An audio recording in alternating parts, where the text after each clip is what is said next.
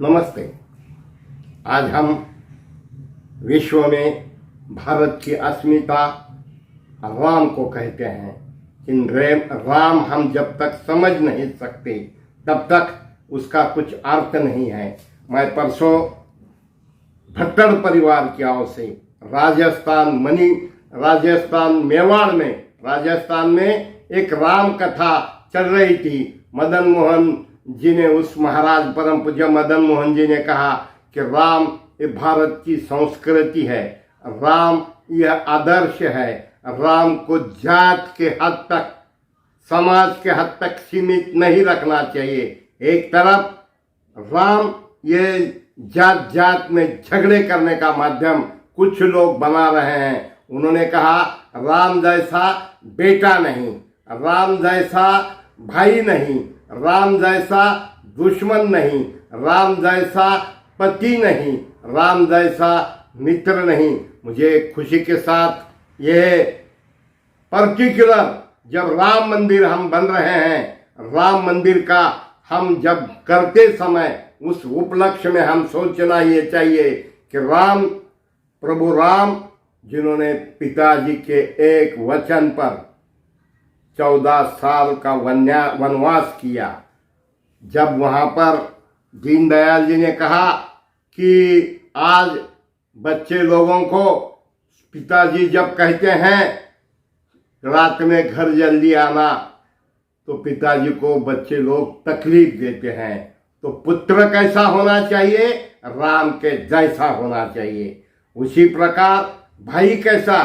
तो भरत के प्रति उनकी जो निष्ठा थी, प्रेम थी, श्रद्धा थी, उस प्रकार भाई होना चाहिए।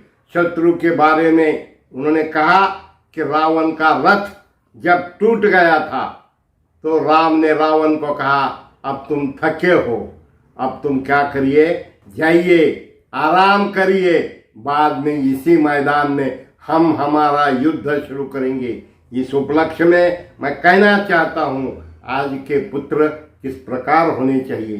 साथ ही साथ जो उन्होंने दुश्मन को हम मौका मिलने पर हम उसको खलास करने का सोचते हैं, लेकिन राम जी वैसे नहीं थे।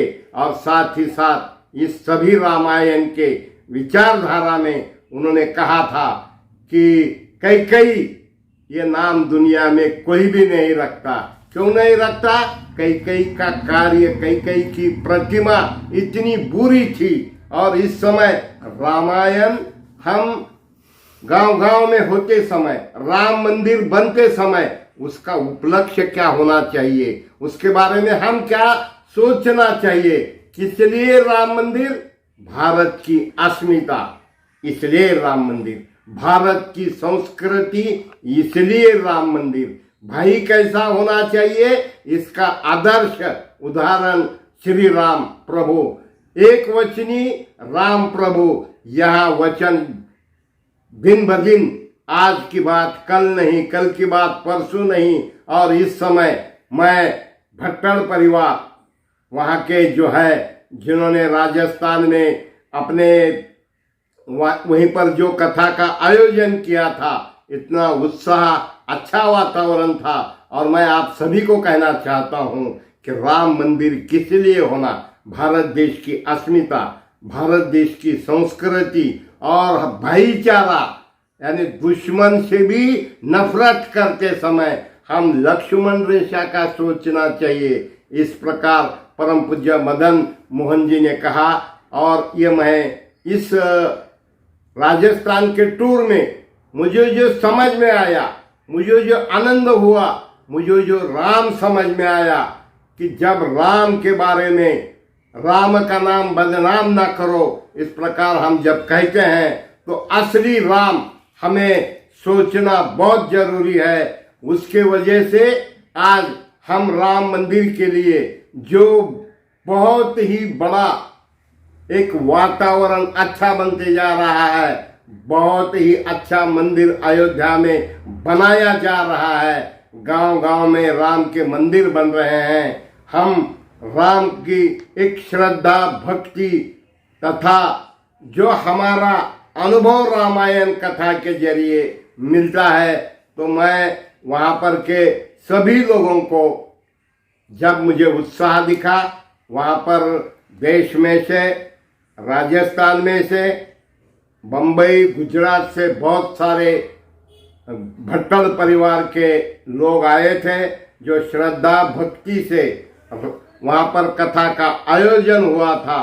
और मैं कहना चाहता हूं कि भाइयों, राम देश की संस्कृति है, राम देश की अस्मिता है, और सच में भारत को महासत्ता बनाना है तो राममय जीवन बनाइए, और राम का नाम कोई बदनाम नहीं करना चाहिए। जिस प्रकार डॉक्टर बाबा साहब आम्बेडकर, महात्मा ज्योतिबा फुले, अन्ना भाऊ साठे, महाराणा प्रताप, ये समाज के नेता बन रहे हैं, तो भाइयों संकुचित विचार मत रखिए, विशाल विचार रखकर भारत महासत्ता बनने के लिए हम राम का सही अर्थ में सिर्फ गुणगान नहीं तो राममय जीवन जीना, यही सच में हमें भारत आदर्श बनाना है, भारत महासत्ता बनाना है।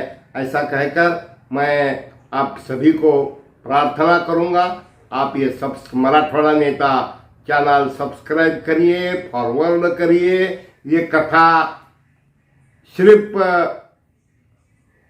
राजस्थान की नहीं, हमें घर घर में पुत्र ने सोचना चाहिए, पत्नी ने सोचना चाहिए, भाई ने सोचना चाहिए, और सब लोग मिलकर भारत सच में महासत्ता बनाएंगे। इतना ही कहता हूँ। नमस्ते।